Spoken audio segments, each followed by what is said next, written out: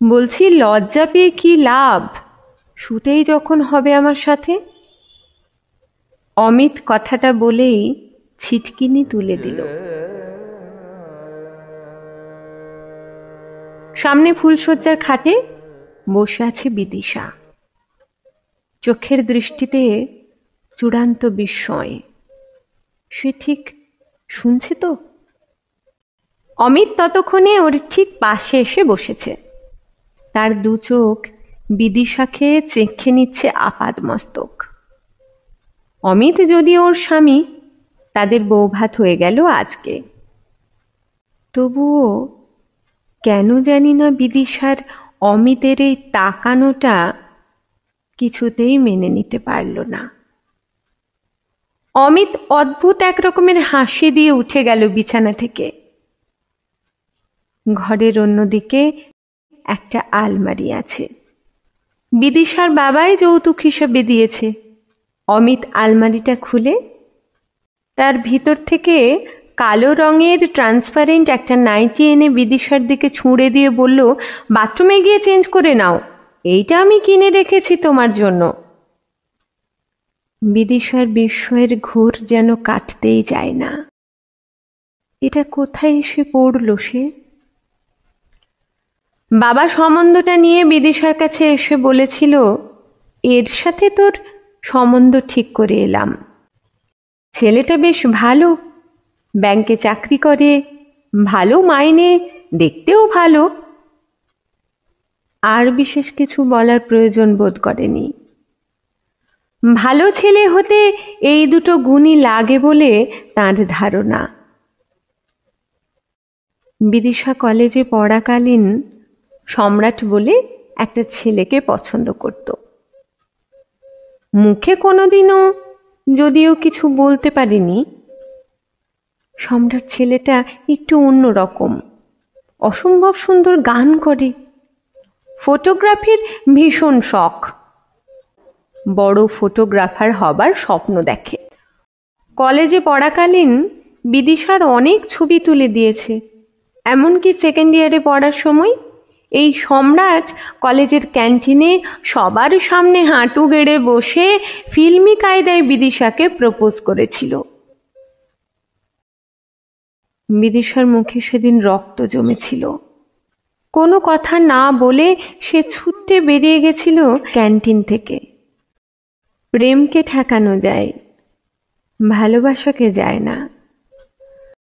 সম্রাটের শান্ত চোখের সামনে গেলেই বিদিশার বুক কেঁপে উঠত।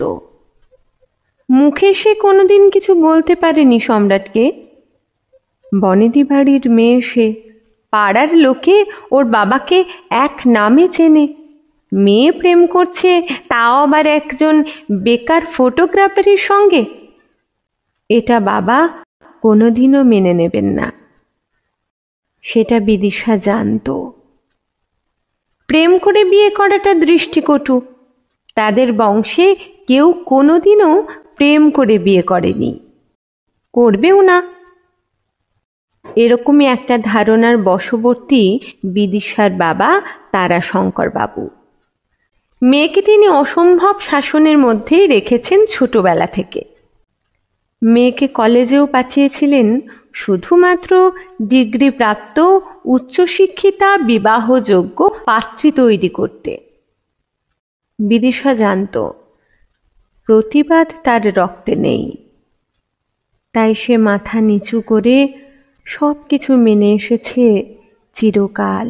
সম্রাটকেও তাই তার যোগ্য জবাব দিতে পারেনি কোনোদিন। তবু তার দুর্নিবার আকর্ষণকেও সে অগ্রাহ্য করতে পারেনি। ছেলেটার চোখে এক অদ্ভুত সততা ছিল, চোখ ফেরানো যায় না। তবে একবার কাউকে না জানিয়ে সম্রাটদের বাড়ি গিয়েছিল সে, সম্রাটের অনুরোধেই অবশ্য। সম্রাটের বাড়ির দোতলার একটা ঘরে স্টুডিও আছে ওর নিজের। সেই স্টুডিওর দেওয়ালে নিজের ছবির পর ছবি সযত্নে সাজানো দেখে সেদিন কেঁদেই ফেলেছিল বিদিশা। ভাঙা ভাঙা গলায় জিজ্ঞাসা করেছিল, কেন? ওপাশ থেকে সম্রাট বলেছিল, ভালোবাসি। বিদিশা ছুটে বেরিয়ে যেতে গেলে সম্রাট ওর হাত ধরে বলেছিল, অন্তত একদিন থাকো আমার কাছে। গলার স্বরে এমন কাতরতা ছিল, বিদিশার নড়তে পারেনি এক পাও। কেবল অস্ফুটে বলেছিল, বাড়ি থেকে আমার সম্বন্ধ দেখে নিয়েছে, গ্র্যাজুয়েশন হয়ে গেলেই আমার বিয়ে দিয়ে দেবে। মাথা নামিয়ে সম্রাট বলেছিল, জানি। অমিত চৌধুরী ব্যাংকে কাজ করে, তোমাকে হয়তো অনেক ভালো রাখবে, তবে আমার মতো ভালোবাসতে পারবে না।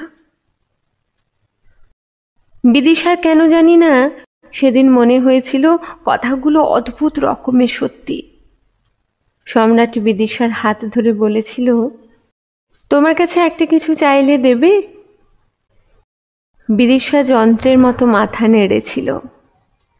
সম্রাট বিদিশার কোলের কাছে বসে ওর চোখের দিকে তাকিয়ে বলেছিল, এই একটা দিনের জন্য আমার হবে? জড়িয়ে ধরেছিল বিদিশা। মিনিট 15 সম্রাটকে ওভাবে জড়িয়েই কেঁদেছিল। সম্রাটও পাথরের মতো স্থির হয়ে দাঁড়িয়েছিল। বিদিশার মনে আছে, সেদিন সম্রাট ওর গিটারে একটা অদ্ভুত মায়া সৃষ্টি করে পরিষ্কার অথচ অবসন্ন গলায় গেয়েছিল, মাঝে মাঝে তব দেখা পাই, চিরদিন কেন পাই না। মাঝে মাঝে তব দেখা পাই। দত্তবাড়ির দোতলার কোণার ঘরে সেদিন আর কেউ ছিল না। বিদিশা গালে হাত দিয়ে মাথা নিচু করে শুনছিল গানটা। গানের প্রত্যেকটা কথা, স্ট্রিংয়ের প্রত্যেকটা টান বিদিশার ভিতরটা কাঁপিয়ে দিয়েছিল সেদিন। সম্রাট সেদিন থেকে যাবার জন্য বিদিশাকে একটা কথাও বলেনি। ও গল্প বলেছিল, ওর ছেলেবেলার, ওর বেড়ে ওঠার, ওর মায়ের খুব ছোটবেলায় চলে যাওয়ার, বাবার ওকে বড় করার, ওই দত্ত বাড়ির কত কত গল্প। দিনের সূর্য কখন যে গাঙের জলে লালচে লজ্জায় ডুব দিয়েছিল খেয়ালই ছিল না।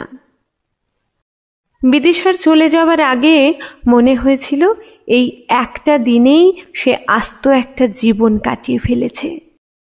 অমিত এসে নাড়া দিল, কি হলোটা কি?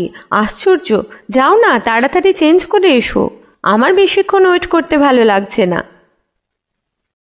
বিদিশা চোখ মুছল, হাতের ড্রেসটা নিয়ে উঠে গেল বাথরুমে।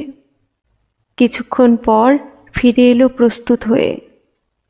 অমিত ততক্ষণে বিছানা পরিষ্কার করে তৈরি হয়ে বসে আছে।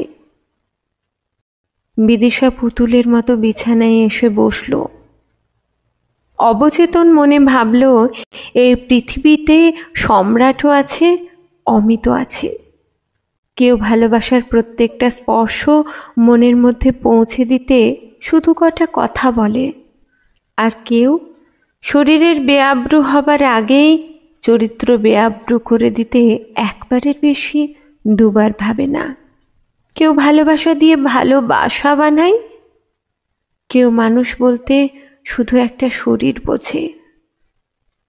বিদিশা কল্পনার জগৎ থেকেই অনুভব করলো একটা হিংস্র ঝড় ওর শরীরটাকে তখন নিংড়ে দিচ্ছে। তার প্রতিটা আঘাতে খিদে আছে, ভালোবাসা নেই। বিদিশা চোখ বন্ধ করে নিল। চোখের সামনে তখন সে দেখতে পাচ্ছে একটা ছেলে, তার দুর্মূল্য দুটো চোখে তার দিকে তাকিয়ে হাতে গিটারটা নিয়ে গেয়ে চলেছে। কি করিলে বলো পাইব তোমারে, রাখিব আঁখিতে আঁখিতে, ও হ্যাঁ তো প্রেম আমি কোথা পাবো নাথ, তোমারে হৃদয়ে রাখিতে।